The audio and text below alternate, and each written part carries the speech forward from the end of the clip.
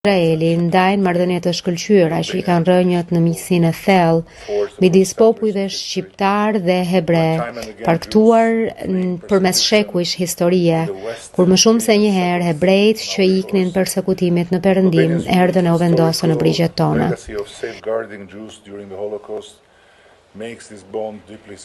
Trashëgimia unike historike e Shqipërisë në mbrojtjen e hebrejve gjatë Holokaustit e bën këtë lidhje thellësisht të veçantë, e për mua, për ne, është dëshmia e kurajës morale të gjyshërve tanë, një dëshmi që kur nuk duhet ta harrojmë,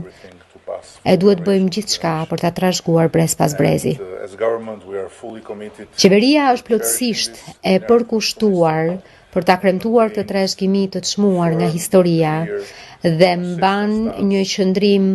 të vendosur, të qartë e të pandryshuar kundër antisemitizmit, si brenda vendit ashtu edhe ndërkombëtarisht. Edhe pse popullsia shqiptare me shumicë muslimane u bashkua me solidaritetin në mbar botën, me vuajtjen e popullit të thjesht palestinez gjatë luftës në Gaza, shqiptarët nuk u mblodhën në mitingje urrejtjeje kundër Izraelit, e as projektuan zemratën e tyre për dhimbjen e tmerrshme të popullit palestinez mbi numrin në rritje të vizitorëve hebrej në vendin tonë. Kjo përbën një kontrast shumë të theksuar me atë çka për fat të keq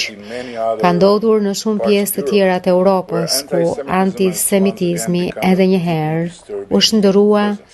në një prani thellësisht trazuese. Vendi ynë qëndron në mënyrë të palëkundur kundër antisemitizmit, po aq sa qëndron kundër islamofobisë. Ne qartësisht refuzojmë të lejojmë urrejtjen apo diskriminimin të udhëheq mendimin, veprimet apo marrëdhëniet tona me popull e vende të tjera. Vizita në Nova Site dje, menjëherë pas mbritjes,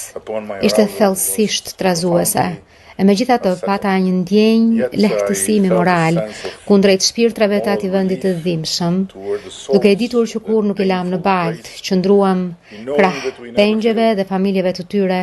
dhe kundër kasapëve neonazistë të Hamasit, veprimet e cilëve kanë sjell vuajtje të pa durueshme jo vetëm për izraelitët, por për një kohë shumë të gjatë edhe për motrat e vëllezërit tan palestinez të dehumanizuar nga Hamasi deri në pikën e katandisjes në instrumente lufte, kthyer në një infrastrukturë mbrojtjeje prej mishje e gjaku, mish për zjarrin e terrorit.